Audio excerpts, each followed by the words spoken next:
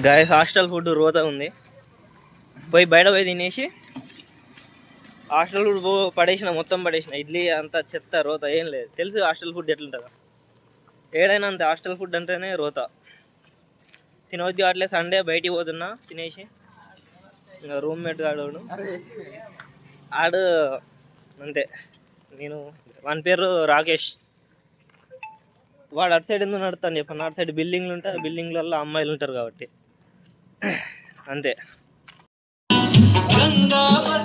ఇంకా పొద్దున్నే టిఫిన్ చేద్దామని వస్తే ఆడేమో పాటలు పెట్టి సాగదొక్కుతాడు. గాయస్ చూడండి, బతుకున్న చేపలని రెడీమేడ్గా కొట్టుబడేస్తారు. అప్పటికప్పటికి వచ్చినాయి దించుతులు లేస్తారు, ట్రేలా కొడుతుర్రు అంతే. ఫిషా తింటా గాయస్. ఇగో బతుకున్న చేపలు డైరెక్ట్ తీసుకొడతారు అన్నట్టు ఇక్కడ.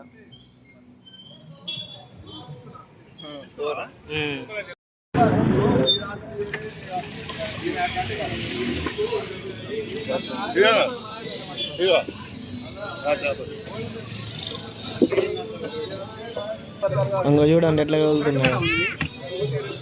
కొడతా అండి అట్లా.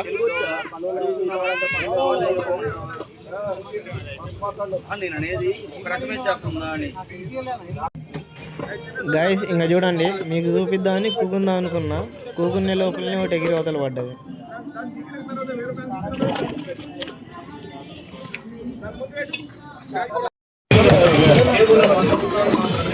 చూడండి గాయస్, అట్లా వాళ్ళకి కొట్టేస్తారు అన్నట్టు. మీరే చూడండి.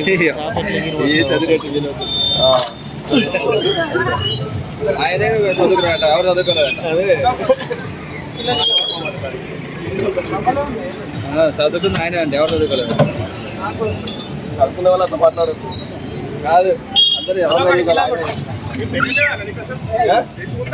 ఏమైంది?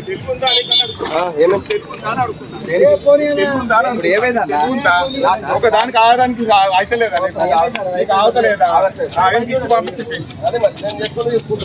పట్టుకోరు తీసాను లేదు మనం. అంటే మంచి చేసిందా? నువ్వు చదువుకున్నావు.